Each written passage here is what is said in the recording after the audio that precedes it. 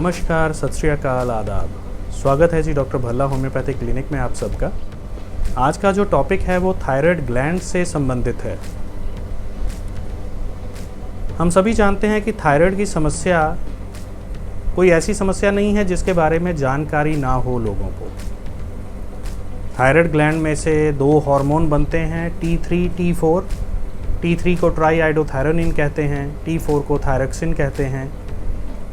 इन hormones के अलावा एक हार्मोन होता है TSH, जिसे थायराइड स्टिमुलेटिंग हार्मोन कहते हैं। इनका एक दूसरे के ऊपर उल्टा असर है।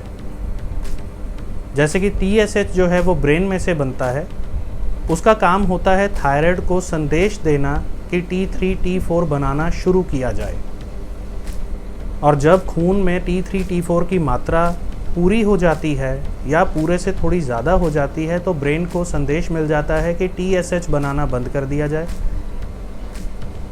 जिसकी वजह से थायराइड जो है T3, T4 बनाना रोक देता है उस समय तक जब तक कि उसकी मात्रा ठीक रहती है। तो ये एक प्रोग्रामिंग हमारे शरीर की कुदरत ने बनाई हुई है। मगर कई बार ऐसा होता है कि जैसे TSH तो बढ़ा हुआ है, अब उसके रिएक्शन में T3, T4 बढ़ नहीं रहे, T3, T4 नॉर्मल हैं। ऐसी कंडीशन जब आती है तो इसे सब क्लिनिकल हाइपोथायराइडिज्म कहा जाता है। अब होता क्या है, जो T3, T4 हैं, थायराइड हार्मोन्स हमारे शरीर के मेटाबॉलिज्म को मेंटेन करके रखते हैं। मेटाबॉलिज्म को मेंटेन करने का अर्थ है कि भोजन जो हम खा रहे हैं उसमें से ताकत निकालना और उस ताकत का इस्तेमाल करना, इस चीज़ को मेंटेन करने में मदद करते हैं थायराइड हार्मोन्स।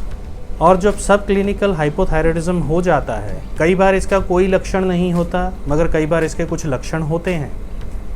बहुत ज़्यादा बार यही है कि ये बिना लक्षणों के इंसान में ये चीज़ चल रही होती है और उसे पता भी नहीं चलता, बस थोड़ी थकान रहती है।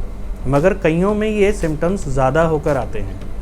अब उन सिम्टम्स में जो मैं बताने वाला हूँ वो सभी सिम्टम्स एक मरीज़ में कई बार नहीं भी मिलते, मगर ये सब में से कुछ ना कुछ हो सकता है। जैसे डिप्रेशन हो जाना, कॉन्स्टिपेशन हो जाना, वज़न का बढ़ना, उसके अलावा थकान रहना, ठंड ज़रूरत से ज़्यादा लगना, उसके अलावा जब पीरियड्स आते हैं तो उसमें खून ज़्यादा गिरना, ब्लड प्रेशर का हाई हो जाना, स्किन का ड्राइनेस हो जाना, बालों का झड़ना, ये सब चीज़ें इसके साथ संबंधित हैं। अब इन सब चीज़ों के होने का कारण क्या है?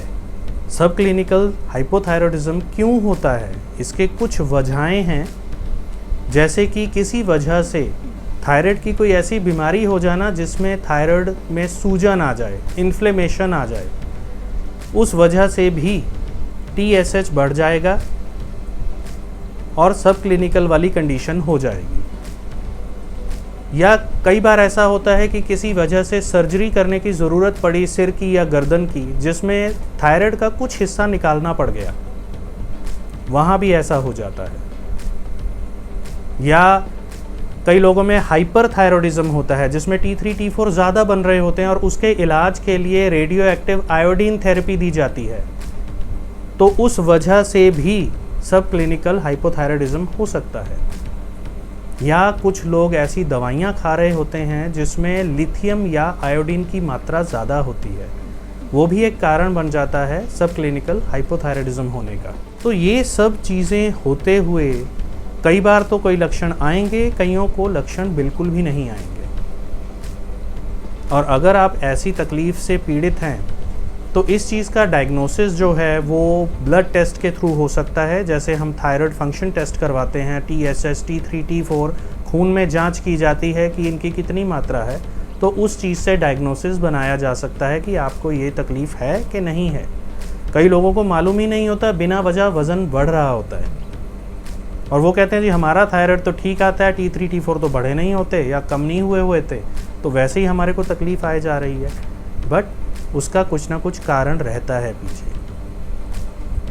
अब अगर मैं इलाज की बात करूं तो होम्योपैथी में कुछ ऐसी दवाएं हैं जो इस तकलीफ़ को कंट्रोल करने में, ठीक करने में मददगार साबित होती हैं।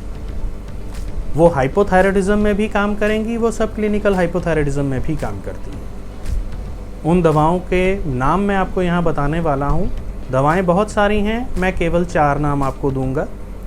बिना डॉक्टर की सलाह के दवाएं अपने आप सेवन ना करें, मगर आप इन चीज़ों को जानने के बाद अपने लक्षणों को पहचान के अपने डॉक्टर को बता सकें। अब उन दवाओं में सबसे पहली दवा है ब्रोमियम।